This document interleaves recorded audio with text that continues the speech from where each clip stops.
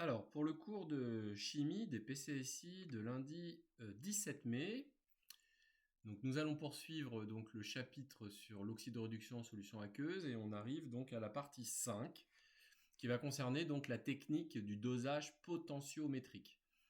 Donc le but est de réaliser un dosage, donc de titrer une solution, de déterminer la concentration d'une solution aqueuse en utilisant évidemment la potentiométrie, donc l'oxydoréduction, donc une réaction d'oxydoréduction. Alors, je pars sur un exemple concret. Donc, on utilise une réaction d'oxydoréduction totale, quasi totale, pour doser une solution. Et le principe, ça va être donc non pas de mesurer un pH, comme un dosage pH métrique, non pas de mesurer une conductivité électrique de solution aqueuse, comme avec la conductimétrie, mais ici de mesurer une tension électrique en volts avec un voltmètre. Donc, on parle de dosage potentiométrique venant de potentiel électrique en volts. Alors l'exemple concret, on souhaite doser donc une solution en ion Fe2+. On prélève donc 10 ml de la solution en ion Fe2+, que l'on souhaite doser, et on appelle C0, donc la concentration inconnue en ion Fe2+. Et pour cela, donc, on décide d'utiliser l'oxydoréduction. Alors pour utiliser l'oxydoréduction, on constate que l'ion Fe2+, il intervient en tant que réducteur dans le couple Fe3+, Fe2+, de potentiel standard E0 en volts à 0,77. Il va donc falloir trouver un oxydant plus fort que Fe3+, si on veut une réaction spontanée quasi totale entre Fe2+, et un oxydant. Alors pour cela, on va utiliser effectivement le cérium, Ce c'est le cérium, et le couple Ce4+, Ce3+, dont le potentiel standard E0 est à 1,74 volts. On va donc mettre dans une burette, comme solution titrante, une solution aqueuse en ion cérium, Ce4+. Donc encore une fois, ici, il y a évidemment des anions, des ions spectateurs, des anions qui vont être spectateurs, bien sûr, dans la solution CO4+, et dans la solution Fe2+. Je ne les indique pas puisqu'ils n'auront aucune influence, on n'est pas comme en conductimétrie, ils n'auront aucune influence sur le dosage potentiométrique. J'appelle petit v le volume qu'on versera de solution aqueuse en CO4+, et petit c égale 0,1 mol par litre, la concentration que j'ai choisie. Alors, qualitativement, quand on va verser les ions Ce4+, ils vont réagir spontanément avec les ions Fe2+, on va le vérifier bien sûr par la théorie d'oxydoréduction, et ça va modifier le potentiel en volts de la solution aqueuse, donc le potentiel en volts d'un fil de platine que l'on a trempé dans la solution. Je vous rappelle qu'on ne peut pas mesurer une valeur stricte du potentiel électrique d'une solution. Ce qu'on va mesurer, c'est une différence de potentiel, donc une tension. On va donc utiliser un voltmètre. Alors pour cela, il y a deux façons de faire. Donc là, vous retrouvez donc la burette avec la solution en Ce4+, le bécher avec la solution en Fe2+, l'électrode de platine, et on a utilisé une électrode de référence. Alors en pratique, l'électrode au calomel saturé que je vous avais présenté la dernière fois, puisqu'elle est très pratique, très souple à utiliser, très fiable, très stable, et on branche un voltmètre entre les deux. Donc là, évidemment, le but n'est pas de faire une pile, donc on n'a pas besoin de jonction électrolytique, on peut tremper directement les deux électrodes dans la même solution. Il suffit de mesurer donc la différence de potentiel, sachant que l'électrode au calomel, elle, son potentiel, vous la trempez n'importe où, il ne dépend que de la température, donc il n'évolue pas. Ou alors, on peut réaliser quelque chose qui ressemble plus à une pile, mais qui serait à vide, puisque le voltmètre impose une intensité quasiment nulle, évidemment, dans le fil. On peut aussi réaliser ça, alors avec ici, dans ce bécher, donc les ions Fe2+, ici, dans ce bécher, les ions Fe2+, avec une électrode de mesure, donc là, ils ont mis argent, mais en platine, par exemple. La jonction électrolytique avec le pont salin. Ici, une autre solution aqueuse avec l'électrode de référence au calomel saturé et le voltmètre entre les deux pour mesurer le potentiel. Et dans la burette, la solution titrante. Donc, on peut avoir les deux schémas pour le dosage potentiométrique. Bien, alors on vérifie que tout ça est bien fiable. On écrit la demi-équation redox donc de réduction des ions Ce4+ en Ce3+, la demi-équation redox d'oxydation des ions Fe2+ en ions Fe3+, il y a un seul électron échangé. On obtient donc la réaction d'oxydoréduction entre l'oxydant le plus fort et le réducteur le plus fort. Elle est très simple ici. Je ne reviens pas sur la démonstration de sa constante d'équilibre, son K0. On va trouver 10 puissance 16,4, donc sans problème, elle est quasi totale. On observera donc un saut de potentiel, donc en mesurant donc le potentiel de la solution contenant les ions Fe2+, au fur et à mesure du dosage, on observera effectivement un saut de potentiel à l'équivalence, c'est-à-dire lorsqu'on aura fait disparaître strictement tous les ions Fe2+, et tous les ions Ce4+, versés, quand on aura versé en proportion stoichiométrique les ions Ce4+, et les ions Fe2+. Alors la tension U que le voltmètre va indiquer, avec l'intensité quasiment nulle évidemment, c'est donc la différence de potentiel entre le potentiel du fil de platine, EPT, et le potentiel de l'électrode au calomel saturé, EECS, qui est connu, qui vaut 0,245 volts à 25 degrés Celsius, qui est connu et qui est fixé et qui est très stable. Donc en mesurant la tension U avec le voltmètre, on aura, connaissant le potentiel de l'électrode au calomel saturé, on aura donc directement le potentiel de l'électrode de platine. Alors on parle de saut de potentiel, donc en effet on va enregistrer ce genre de choses. Alors sur le document, j'en ai une toute belle évidemment. Donc vous avez en ordonnée le potentiel en volts de l'électrode de platine, et vous avez en abscisse, alors non pas V le volume versé, mais on a mis directement V sur Vec, c'est pour ça que c'est sans dimension en abscisse, et qu'on a effectivement V égale Vec, donc 1 pour le saut de potentiel qui est quasi vertical, qui est très net, très facile à repérer. Alors moi j'ai refait un petit croquis, le potentiel du fil de platine en volts, en fonction du volume versé en millilitres. Donc là par contre j'ai mis en abscisse le volume en millilitres avec Vec concernant le saut de potentiel. Alors toutes les valeurs que j'ai indiquées vont être justifiées évidemment. Alors si on fait le tableau d'avancement de cette réaction support du dosage potentiométrique, donc à T égale 0, on a versé CV mol de CO4+, C0 V0 mol d'Fe2+, étaient présents dans le bécher, il n'y avait pas de CO3+, pas d'Fe3+. À une date T quelconque, donc quand on a versé une certaine quantité de gouttes et qu'on a atteint un équilibre, c'est-à-dire qu'on attend que le voltmètre indique une tension stable, donc c'est quand on est à l'équilibre, on a donc CV moins que 6 mol de CO4+, restant dans la solution, C0 V0 moins que 6 mol de Fe2+, 6 mol de CO3+, et 6 mol de Fe3+. Alors l'état d'équilibre particulier, ça n'a pas changé, qu'on appelle équivalence, c'est lorsque les deux réactifs vont quasi strictement disparaître. On parle de V égale Vec, volume à l'équivalence, Xi égale Xiec, avancement à l'équivalence. Donc 0, 0 pour CO4+, Fe2+, et donc Xiec, Xiec.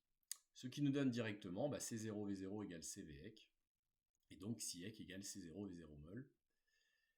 Donc par exemple, si on a mesuré Vec égale 10 ml, c'est que C0 égale 0,1 ml. C'est un exemple que j'ai choisi. Alors maintenant, on va justifier pourquoi on observe bien un saut de potentiel quasi vertical quand on atteint l'équivalence.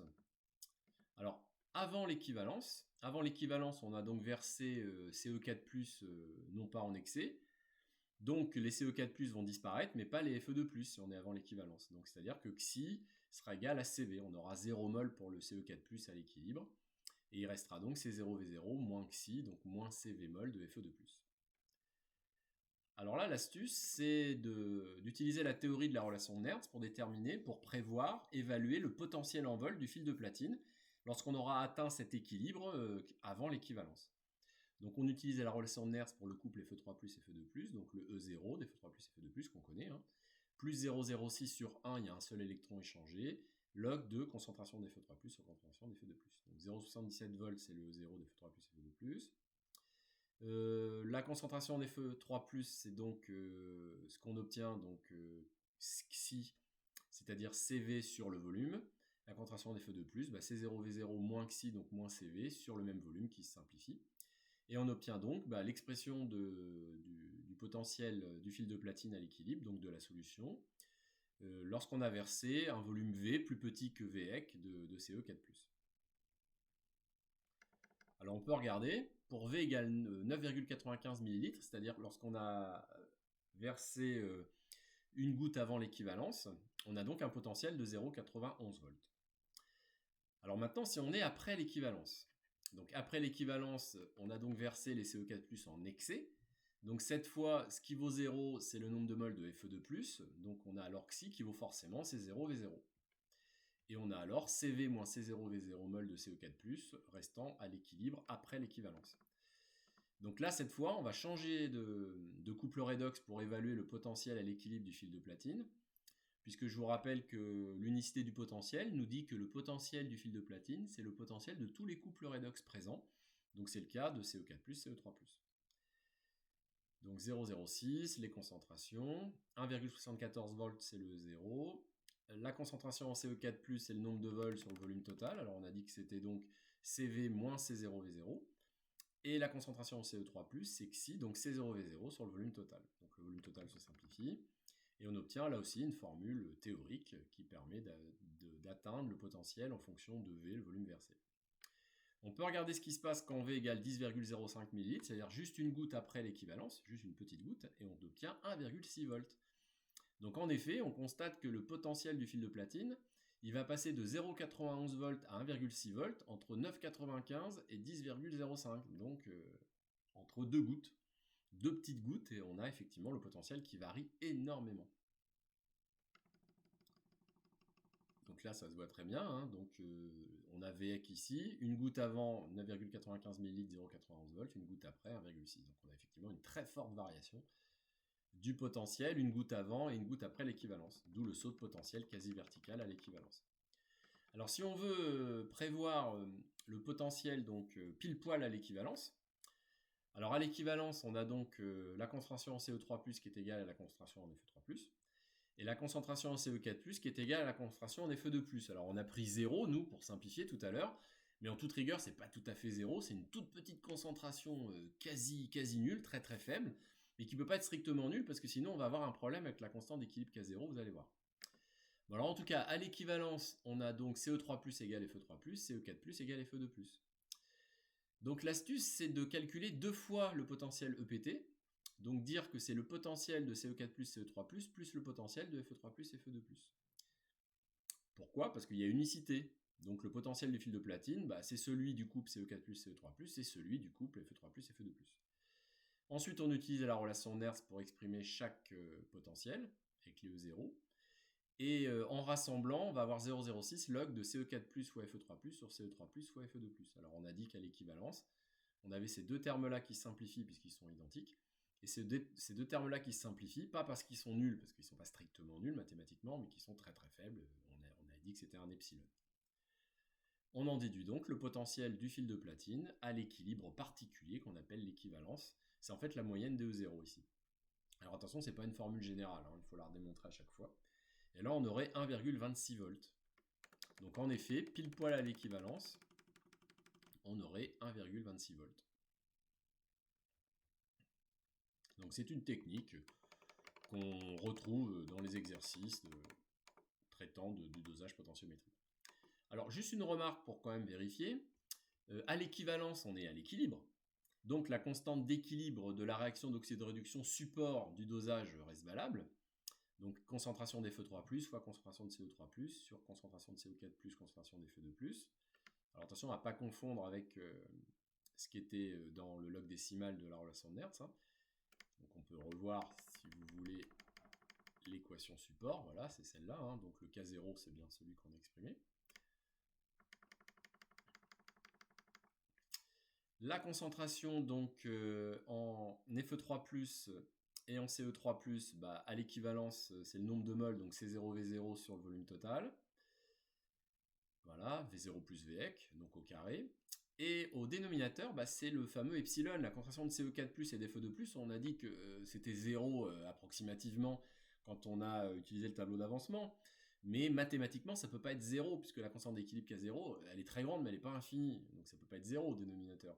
Donc c'est ce que j'ai appelé epsilon, donc qualitativement une toute petite concentration, très très faible. Le K0 il valait 10 puissance 16,4, donc j'en déduis le epsilon.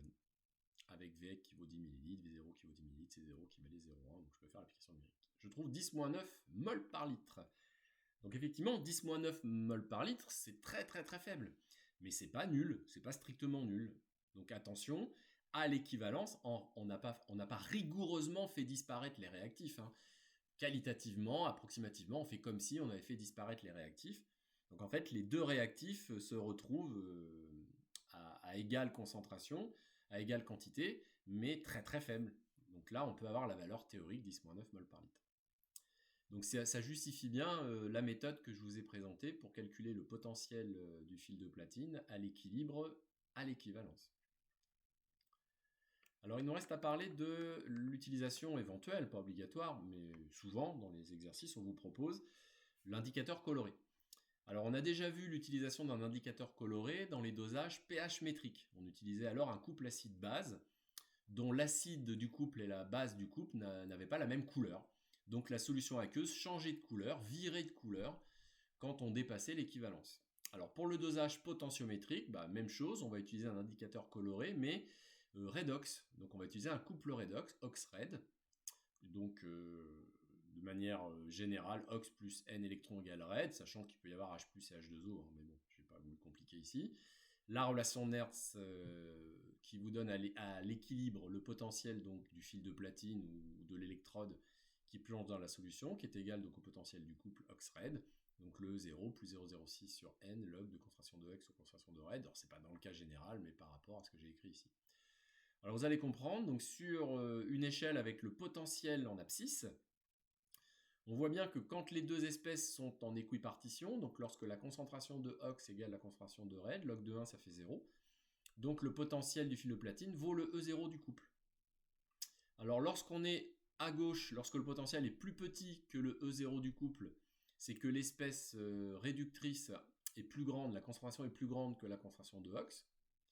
Et lorsqu'au contraire, le potentiel du fil de platine, donc de la solution, donc du couple, est plus grand que le E0, c'est que la concentration de OX est plus grande que la concentration de RED. On obtient une espèce de diagramme de prédominance avec en abscisse non pas le pH ici, mais le potentiel de l'électrode ou le potentiel du couple redox. Donc, dès que E est plus grand que E0, c'est OX qui domine. Dès que E est plus petit que E0, c'est le RED qui domine. Alors, pour que ça soit vraiment visible en couleur, donc si les deux espèces n'ont pas la même teinte, n'ont pas la même couleur dans la solution, en réalité, il faut dépasser un petit peu plus que E0. C'est ce qu'on appelle la zone de virage. Alors après, ça dépend du nombre N d'électrons qui sont échangés. Vous avez compris, N, c'est pas toujours égal à 1. On ne va pas rentrer dans les détails, mais on vous précisera effectivement une zone de virage. Et au-delà de cette zone de virage, on sera sûr, si le potentiel de EPT est plus grand, enfin dépasse cette zone de virage, on sera sûr que l'espèce oxydante est à plus de 90%. Donc sa couleur va vraiment dominer dans la solution. Et en dessous de la zone de virage, c'est l'espèce RED qui sera à plus de 90%, donc c'est sa couleur qui dominera. Donc l'idée, vous l'avez compris, c'est que le saut de potentiel durant le dosage potentiométrique, c'est qu'il soit dans la zone de virage. Ça veut dire qu'une goutte avant l'équivalence, on aura donc la couleur de l'espèce réductrice de l'indicateur coloré. Une goutte après l'équivalence, on aura la couleur de l'espèce oxydante de l'indicateur coloré. Donc l'équivalence, le passage de l'équivalence durant le dosage potentiométrique s'accompagnera d'un changement de couleur de la solution aqueuse. Alors j'ai pris un exemple concret avec le dosage qu'on a choisi. Alors on ne va pas rentrer dans le détail. Ophène, c'est un ligand très très gros. Bon, on ne va pas rentrer dans le détail. Donc c'est très souvent des complexes. On avait vu que les complexes ont très souvent une teinte, une coloration bien spécifique. Les indicateurs colorés en oxydoréduction sont très souvent construits à partir de complexes. Donc c'est un complexe à base de fer. Donc Fe-ophène avec un seul ligand. Il a la particularité d'être bleu sous sa forme oxydante et d'être rouge sous sa forme réductrice. Donc vraiment, ça tranche vraiment. Le E0, le potentiel standard, c'est 1,1 volt. La demi-équation redox, je l'ai écrite en dessous, il y a un seul électron, n égale 1. Voilà. La zone de virage, elle est entre 1,04 et 1,16 volts. Le E0, c'est 1,1 volt. Donc en dessous de 1,04 volts, la solution aqueuse va être rouge. C'est l'espèce réductrice ici qui va dominer. Et au-dessus de 1,16 volts, la solution sera bleue, donc c'est l'espèce oxydante qui va dominer. Alors évidemment, pour ne pas perturber le dosage potentiométrique, il faut vraiment mettre quelques gouttes, 2 ou 3 gouttes d'indicateurs colorés, parce que sinon, évidemment, l'espèce oxydante que vous versez avec la burette va venir réagir avec l'espèce réductrice de l'indicateur coloré, ce n'est pas l'objectif. Alors en effet, la zone de virage de l'indicateur coloré, il faut qu'elle se situe entre 0,91 volts et 1,6 volts. Donc une goutte avant l'équivalence, une goutte après l'équivalence. Alors on va voir. En effet, nous, une goutte avant l'équivalence, on est à 0,91 volts durant le dosage. On est donc clairement en dessous de 1,04. Donc la solution sera rouge, puisque les espèces Fe2+, Fe3+, Ce4+, Ce3+, sont incolores. Hein. Donc la solution sera rouge. L'équivalence correspond à 1,26 volts. Et une goutte après l'équivalence, 1,6 volts, on est largement au-delà de 1,16 volts, la solution sera bleue. Donc une goutte avant l'équivalence, la solution est rouge. Une goutte après l'équivalence, la solution est bleue. Et la goutte qui correspond à l'équivalence, on est effectivement donc, dans la zone de virage. Alors ici, précisément, la solution serait déjà bleue. Donc voilà comment on peut utiliser. Donc pendant le dosage, la solution passe du rouge au bleu au passage de l'équivalence. Donc voilà comment on peut utiliser un indicateur coloré pour accompagner le saut de potentiel, qui est quand même le plus précis. Mais ça permet d'avoir une bonne idée de l'équivalence à une goutte près. Alors des indicateurs colorés, évidemment, il en existe plein d'autres. Vous n'en avez aucun à connaître par cœur, hein, je vous rassure, mais j'avais donné une petite liste. Donc vous voyez, souvent ce sont des complexes. Hein. Complexe fer-phénotroline, donc bleu pâle rouge, 1,14 volts. Donc là, on ne vous précise pas la zone de virage, on vous donne juste le potentiel. Bon, normalement, il faudrait vous préciser la zone de virage. Donc voilà, complexe fer dipyridyle, l'acide phénylantranilique, etc. Bon, la liste n'est pas exhaustive, hein, mais je vous donnais quelques exemples. Alors il y en a évidemment avec des potentiels qui sont négatifs, etc. Parfois, il y a une des espèces qui est incolore. Hein. Ça permet quand même d'observer un virage, un changement de couleur. Donc voilà pour la partie du cours concernant le dosage potentiométrique. On reverra un exemple en TD, évidemment. Hein. Donc on a vu l'essentiel. Et on va pouvoir passer maintenant à la dernière partie de ce chapitre d'oxydoréduction, qui va nous prendre un petit peu de temps, parce qu'on ne va pas finir aujourd'hui. C'est le sixièmement, concernant donc le diagramme potentiel pH.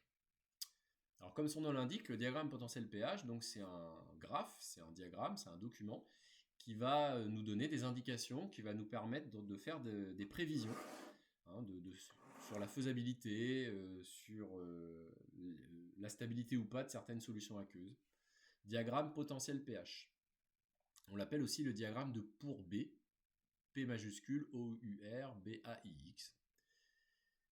Et petit a, on va s'intéresser à l'espèce eau. Alors un diagramme potentiel pH, ça caractérise donc le comportement d'une espèce ou d'un élément chimique. Donc l'espèce par exemple l'eau, H2O, donc le solvant, ou un élément chimique, par exemple le zinc, le fer, le cuivre, en fonction donc du potentiel en volts et du pH de la solution aqueuse dans lequel l'espèce chimique va exister. Alors on va évidemment commencer par le cas du solvant qui vous concerne, donc c'est-à-dire l'eau.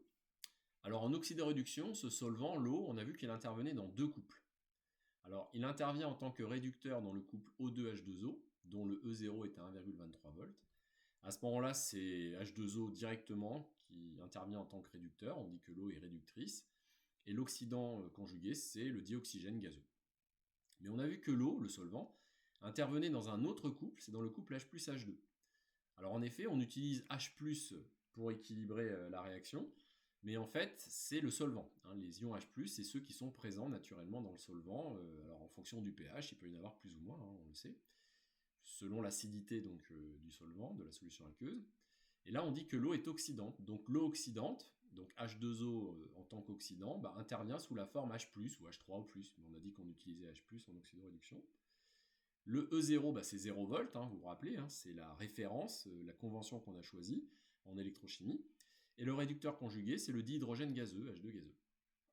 Alors concrètement, si dans un bécher, vous avez effectivement une solution aqueuse plus ou moins acide, avec plus ou moins donc d'ion H+, vous trempez un fil de platine, deux tubes acheminant du dihydrogène gazeux et du dioxygène gazeux, avec une certaine pression, on va parler de ça. Bon, on va voir à quelles conditions de pH et de potentiel en volts du fil de platine, donc de la solution, puisque le potentiel en volts du fil de platine, il peut être imposé par un générateur, par exemple, et en fonction du potentiel en volts du fil de platine, à l'équilibre, ça va donc imposer un potentiel en volts pour la solution aqueuse. On va voir comment le solvant, comment l'espèce H2O, comment le solvant se comporte. Donc ce qui nous intéresse, nous, c'est d'accéder au domaine de stabilité thermodynamique. Attention, on ne fait pas de cinétique cette année. Hein. Donc on va parler de phénomènes de décomposition ou de formation de H2O, mais thermodynamique, c'est-à-dire que cinétiquement, est-ce que ça se fera rapidement, pas rapidement, est-ce que ce sera bloqué, ça on ne peut pas le dire cette année.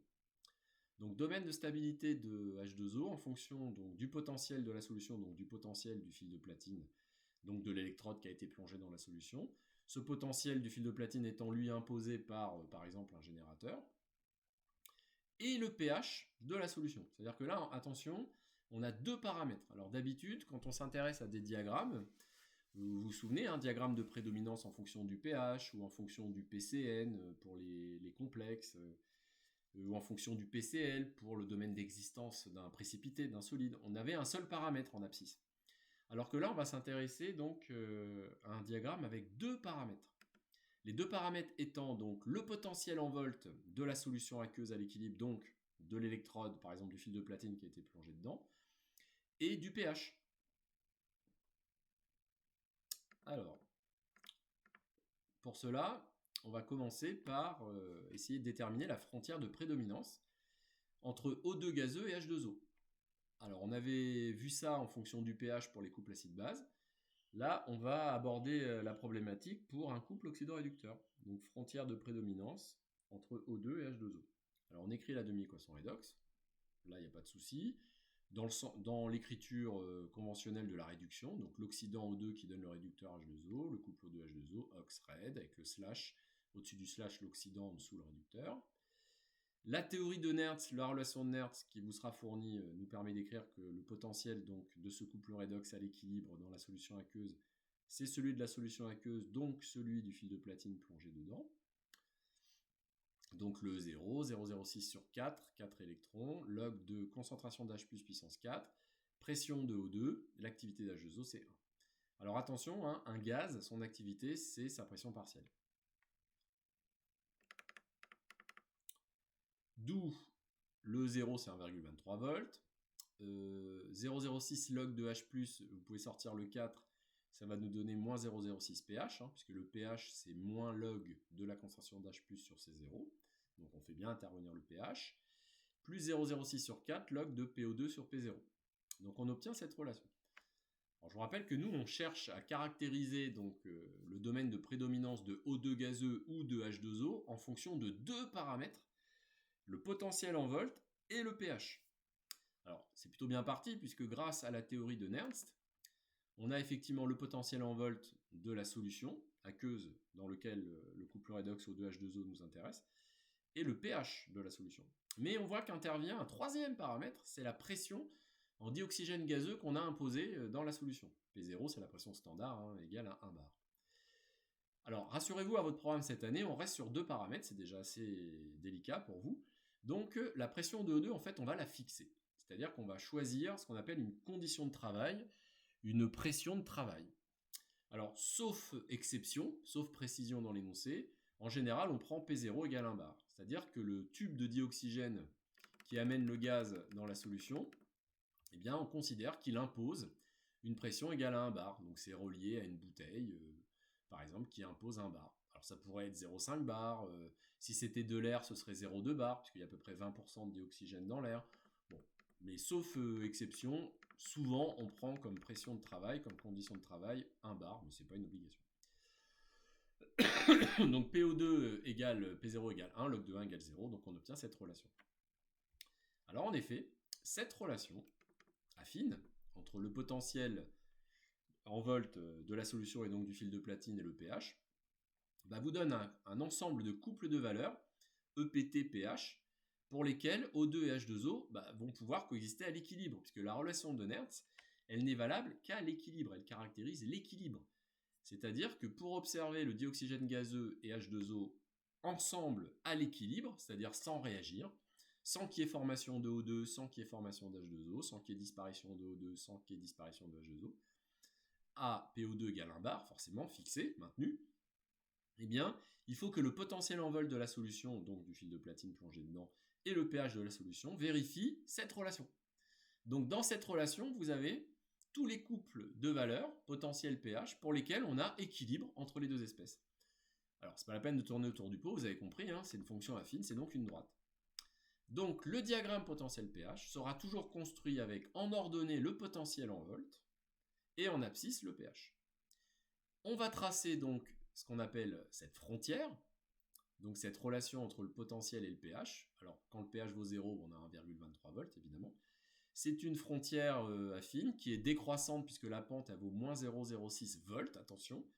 Hein, la pente, ça a une dimension, puisque le potentiel est en volts et le pH n'a pas d'unité. Donc le 0,06, il est en volts. Volt fois 100 unités donne bien E qui est en volts. 1,23, c'est bien des volts. Donc on a une pente de moins 0,06 volts. Donc voilà, cette frontière. On appelle ça la frontière redox de prédominance. Alors pourquoi prédominance? Parce que parmi ces deux espèces, il n'y a pas de solide. Donc il n'y a pas d'histoire d'existence. On verra ça un peu plus tard. Donc frontière de prédominance quand il n'y a pas de solide de part et d'autre. Alors ensuite, on va expliquer pourquoi sur la frontière, ça on l'a déjà expliqué, sur la frontière, on a donc toutes les conditions expérimentales de potentiel et de pH pour lesquelles on a équilibre entre E2 gazeux et H2O, c'est-à-dire les deux espèces. Lorsque le potentiel et le pH suivent cette frontière affine, eh bien on a équilibre entre les deux espèces.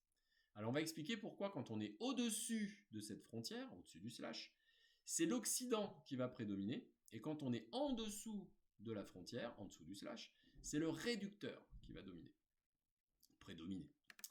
Alors c'est pas si compliqué que ça à expliquer. Alors quand on est au-dessus de la frontière, donc au-dessus de cette droite, le potentiel est alors plus grand, alors pour un pH donné évidemment, par exemple si on est sur cette verticale en pointillé, pour un pH donné, le potentiel est donc plus grand que le potentiel donné par la relation de Nernst. Donc on n'est pas à l'équilibre, on est au-dessus, donc on n'est plus à l'équilibre. Mais si le potentiel il est plus grand que PT et qu'on reprend la formule, ça veut dire que la pression en O2 elle est plus grande que P0. Donc si je reprends la formule, si le potentiel il est plus grand que PT, donc s'il est plus grand que ça, c'est que le terme 0,06 sur 4 log de PO2 sur P0 il est plus grand que 0, il est positif. Donc PO2 est plus grand que P0, donc PO2 est plus grand qu'un bar. Donc en effet, pour un pH donné, si je suis au-dessus de la frontière, donc déjà je sais que je ne serai pas à l'équilibre, puisqu'on est uniquement à l'équilibre sur la frontière, PO2 est plus grand que P0. Donc ça veut dire que la pression en O2 est plus grande que 1 bar. Donc forcément, puisque j'injecte du dioxygène sous un bar par le tuyau, c'est que je suis en train de transformer H2O en O2. Voilà, c'est que je fabrique du O2, j'ai H2O qui se transforme en O2. Je suis en train d'oxyder le solvant, donc en train de faire disparaître le solvant. Donc voilà pourquoi on dit que je suis dans un domaine de prédominance de O2 gazeux. Voilà, on dit aussi que le H2O, il n'est pas stable puisqu'il va avoir tendance à disparaître. Au contraire, en dessous de la frontière, donc pour le même pH donné, si je suis en dessous de la frontière, le potentiel en volts est donc plus petit que le potentiel d'équilibre que me fournit la frontière avec la relation de Nernst. Donc là, à ce moment-là, ça veut dire que PO2 est plus petit que P0. Donc en effet, si le potentiel est plus petit que 1,23 moins 0,06 pH, c'est que ce terme-là est négatif, donc qu'à l'intérieur du log, c'est plus petit que 1. Donc PO2 est plus petit que P0, plus petit que 1 bar. Donc en dessous de la frontière, le potentiel est plus petit que le potentiel d'équilibre fourni par la relation de Nernst. Ça veut dire que PO2 est plus petit que P0, donc là c'est le contraire. J'ai un tuyau qui m'apporte du dioxygène sous un bar, et en fait la pression en dioxygène elle est plus petite. Ça veut dire que le dioxygène, on est en train de le consommer, en train de le faire disparaître. Donc on est en train de le réduire en H2O. Donc là au contraire on est en train de former du solvant. Donc c'est pour ça qu'on dit qu'en dessous de la frontière on est dans le domaine de prédominance de H2O. Donc du solvant. Donc le O2 gazeux, il n'est pas stable, il est en train de disparaître. Alors ce que je viens de vous expliquer, en fait, l'avantage pour vous, c'est que c'est tout à fait général pour tous les couples redox. Vous allez voir, tous les diagrammes potentiel pH qu'on va aborder dans le cours et en TD, que vous aurez en colle, etc. Vous allez voir, c'est systématique, c'est toujours vrai. Donc c'est très général. Dans un diagramme potentiel pH, quand vous voulez déterminer une frontière entre l'oxydant et le réducteur d'un couple redox, l'oxydant il est toujours au-dessus de la frontière et le réducteur il est toujours en dessous de la frontière. Donc l'oxydant au-dessus du slash dans l'écriture conventionnelle, au-dessus de la frontière, le réducteur en dessous. Alors ça c'est très intéressant. Ça veut dire que dans un diagramme potentiel pH, plus le nombre d'oxydations augmente, plus vous montez. Donc voilà pourquoi au-dessus de la frontière, le nombre d'oxydations il est le plus élevé, c'est donc la forme oxydante du couple. Alors évidemment, il y a un autre couple redox qui intervient avec le solvant, et on va s'intéresser donc maintenant à la frontière de prédominance entre H2O et H2 gazeux. Je répète que le solvant H2O, on le fait intervenir sous sa forme H+, pour écrire la demi-équation redox, mais H+, en solution aqueuse, c'est le solvant. Donc 2H+, plus 2 électrons qui donnent H2 gazeux. La relation de Nernst à l'équilibre nous donne donc pour le couple redox, la solution, donc le fil de platine ou l'électrode plongée dans la solution à l'équilibre, le 0 plus 0,06 sur 2, 2 électrons, log de H carré, et H2 gazeux, puisque c'est un gaz, bah pH2 sur P0. Alors encore une fois, on peut sortir le 2, 0,06 log de H+, c'est moins 0,06 pH, donc on vous l'a écrit, le E0 il vaut 0 vol par convention, et il nous restera 0,06 sur 2 log de P0 sur pH2. On obtient donc, pour observer H+, donc H2O et H2 gazeux à l'équilibre, une relation à 3 paramètres. Donc le potentiel en volts de la solution, donc de l'électrode, le pH, et la pression en dihydrogène. Donc 3 paramètres. Nous, on veut que 2 paramètres cette année. Donc on va se donner une condition de travail. On va donc fixer la pression en dihydrogène H2, et on prendra P0 égale 1 bar, et ce sera très souvent ce cas-là. Donc log de 1, ça vaut 0, et on obtient cette relation. Donc cette relation, comme tout à l'heure, nous donne donc les couples de valeurs pH et potentiel du fil de platine en volts, pour lesquels on observe un équilibre, une coexistence sans réaction, sans évolution, donc c'est l'équilibre, entre le solvant, donc H+, H2O, et le gaz d'hydrogène. Bien sûr, pour une pression imposée en H2 égale à 1 bar. Alors même chose, sur le diagramme potentiel pH, avec en ordonnée le potentiel en volts, en abscisse le pH, on va tracer cette frontière. Et c'est encore une fois une fonction affine. Alors elle passe par l'origine ici. Quand pH égale 0, E vaut 0 volts. On a la même pente que tout à l'heure, donc moins 0,06 volts. Et on appelle ça aussi une frontière redox de prédominance, puisque les deux espèces ne sont pas des solides. Alors, si on est logique par rapport à ce que je vous ai expliqué tout à l'heure, au-dessus du slash, au-dessus de cette frontière, on devrait avoir l'oxydant du couple, donc H+, c'est-à-dire H2O. Et en dessous, H2 gazeux. Alors, on va l'expliquer. Alors, pour un pH donné, donc sur cette verticale en pointillé, pour un pH donné, si je suis au-dessus de la frontière, j'ai donc un potentiel qui est plus grand que le potentiel fourni par la relation de Nernst. Donc si le potentiel est plus grand que le potentiel fourni par la relation de Nernst, ça veut dire que ce terme-là, il est positif. Donc à l'intérieur du log, c'est supérieur à 1. Donc pH2 est plus petit que P0. Voilà. Donc au-dessus de cette frontière, on a la pression en dihydrogène qui est plus petite que P0, plus petite que 1 bar. Or le tuyau, il apporte du dihydrogène sous 1 bar, et on a cette pression qui n'est pas égale à 1 bar dans la solution, mais qui va être plus petite. C'est-à-dire que le dihydrogène, il est en train de se décomposer. Il est en train de se transformer en H2O, en H+, donc en H2O, donc en solvant. Donc voilà pourquoi, au-dessus de la frontière, c'est le solvant qui prédomine, donc c'est bien l'oxydant du couple. Et en dessous de la frontière, si le potentiel est plus petit que le potentiel d'équilibre fourni par Nernst, à ce moment-là, c'est pH2 qui est plus grand que P0, donc là c'est le solvant qui se transforme en H2 gazeux, on dit que le solvant se réduit en H2 gazeux. Donc sous la frontière, c'est bien le réducteur H2 gazeux. Il n'y a plus qu'à rassembler les deux frontières, puisque cette espèce H2O, donc le solvant, il intervient dans deux couples redox, on a donc deux frontières redox. Donc la première entre O2 et H2O, qui passe par 1,23 volts à pH égale 0, et la deuxième entre H2O et H2. H2O ou H+, mais là on met le H2O, le solvant. Ces deux frontières sont parallèles, elles ont la même pente, moins 0,06 volts. Et ensuite, il n'y a plus qu'à assurer le domaine de l'espèce qui nous intéressait, donc c'est-à-dire H2O, le solvant. Et on dit que ce domaine qui est assuré, il vous donne tous les points, donc tous les couples potentiels en volts pH, pour lesquels donc le solvant est stable, thermodynamiquement. C'est-à-dire que il n'a aucune raison de réagir, il n'a aucune raison de se transformer, ni en O2 gazeux, ni en H2 gazeux. Par contre, en dehors de ce domaine, donc au-dessus, à ce moment-là, H2O se transforme en O2 gazeux, donc n'est pas stable. En dessous de ce domaine, à ce moment-là, H2O se transforme en H2 gazeux, donc n'est pas stable. Donc quand il se transforme en O2, on dit que l'eau s'oxyde. Lorsqu'il se transforme en H2 gazeux, on dit que l'eau se réduit. Alors attention, ce diagramme, il n'est pas universel.